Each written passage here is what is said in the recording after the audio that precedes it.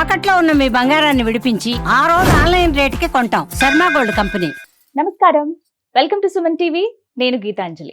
ప్రేక్షకులందరికీ శ్రీ విశ్వావసు నామ సంవత్సర యుగాది శుభాకాంక్షలు. ప్రస్తుతం మనతో పాటు ఉన్నారు ప్రముఖ జ్యోతిష్యులు బ్రహ్మశ్రీ నందిబట్ల శ్రీహరి శర్మ గురువు గారు. వారితో మాట్లాడదాం. గురుగారు నమస్కారం అండి. వాగర్థ సంపృక్తౌ వాగర్థ ప్రతిపత్తయే జగతః పితరౌ వందే పార్వతీ పరమేశ్వరౌ. సదాశివసమారంభాం శంకరాచార్య మధ్యమాం అస్మదాచార్య పర్యంతం వందే గురు పరంపరాం.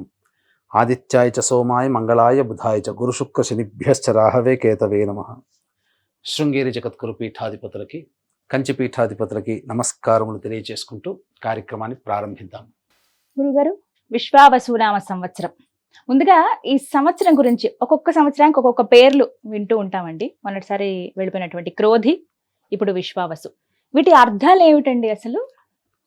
విశ్వావసు అంటే మనకు ప్రధానంగా ఒక గంధర్వరాజు పేరు. ఈ గంధర్వరాజుని ముఖ్యంగా వివాహం కావాల్సినటువంటి అబ్బాయిల కోసం ఈ గంధర్వరాజ మంత్రాన్ని కనుక ఉపాసన చేస్తే తొందరగా వివాహం అవుతుంది. ఇది ఒకటి. విశ్వావసు అంటే విశ్వానికే నమ్మదగినటువంటిది, అత్యంత నమ్మదగినటువంటి స్థితి అని చెప్పవచ్చమ్మా.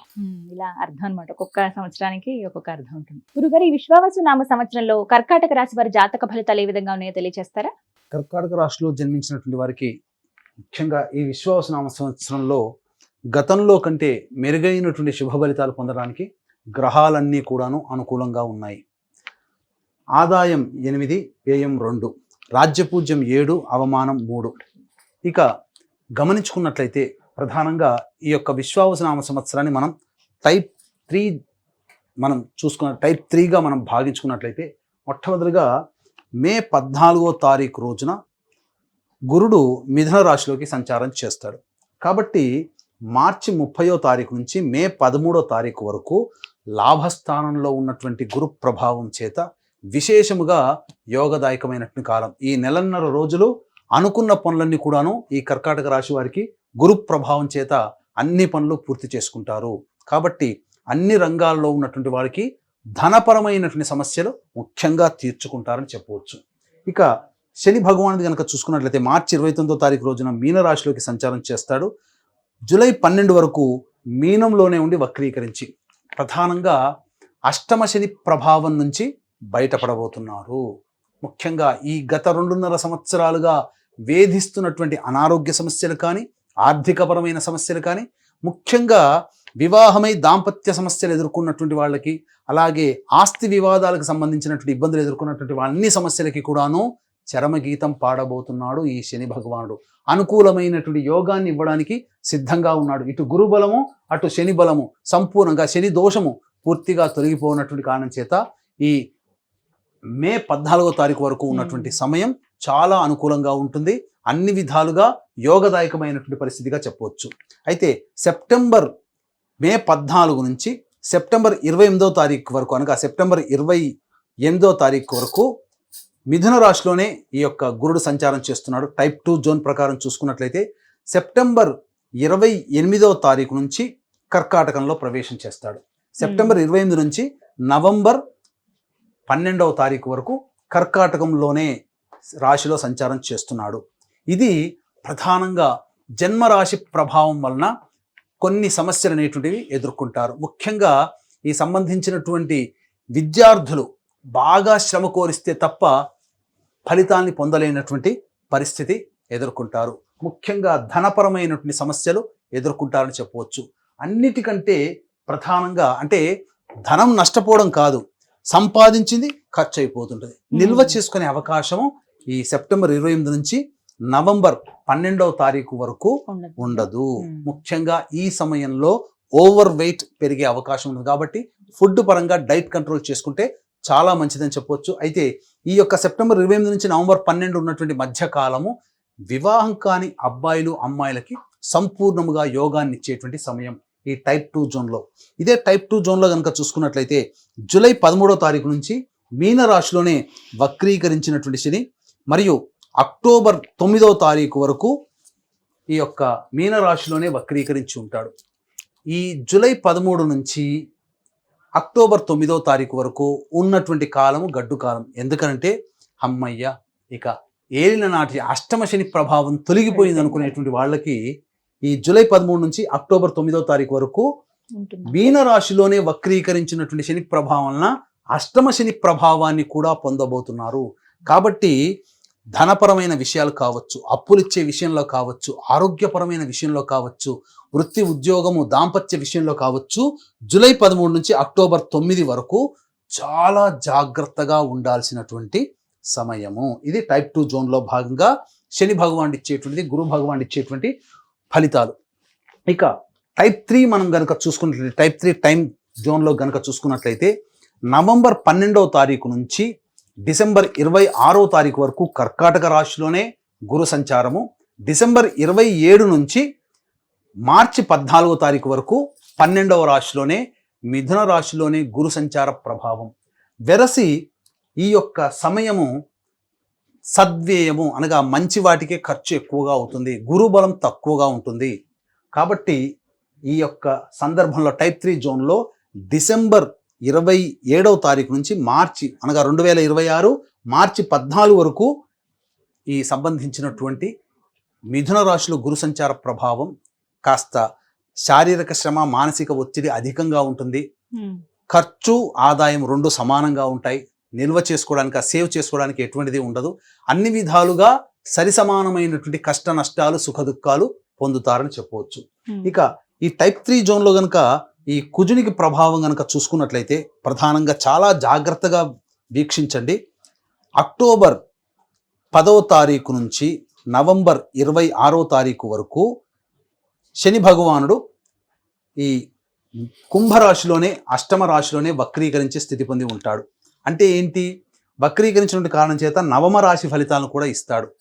కాబట్టి ఇటు ఏలిన నాటి శని ప్రభావము మరియు సప్తమ శని ప్రభావాన్ని గురవుతారు.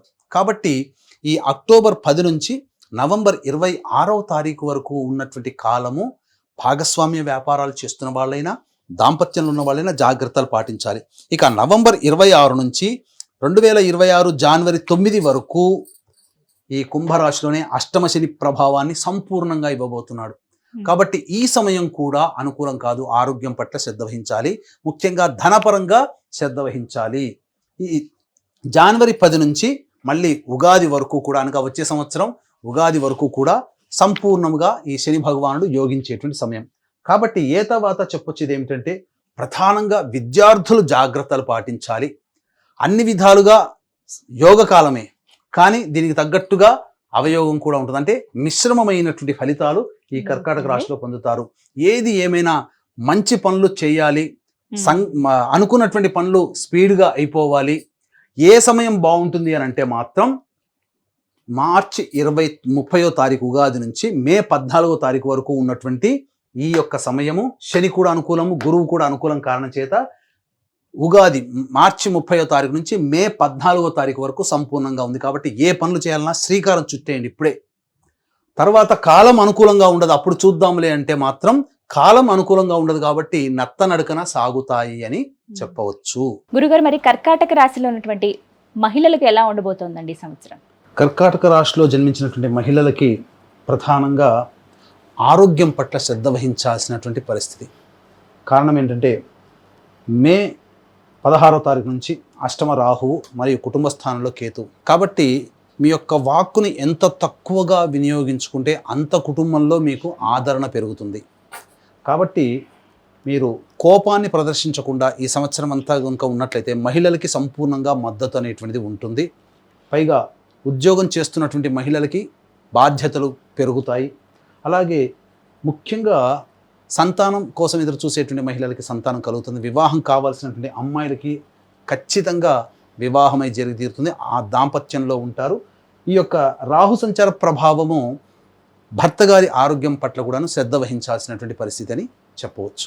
ముఖ్యంగా ఏ సమయము అని అంటే మాత్రం ప్రధానంగా ఈ అక్టోబర్ 10వ తారీఖు నుంచి జనవరి 9వ తారీఖు వరకు ఉన్నటువంటి సమయము అనుకూలం కాదు. ఆరోగ్యం పట్ల శ్రద్ధ వహించాలి ఆ సమయంలో అని చెప్పవచ్చు. ఏ రంగాల్లో వారికి ఎలా ఉండబోతోందండి కర్కాటక రాశి వారికి?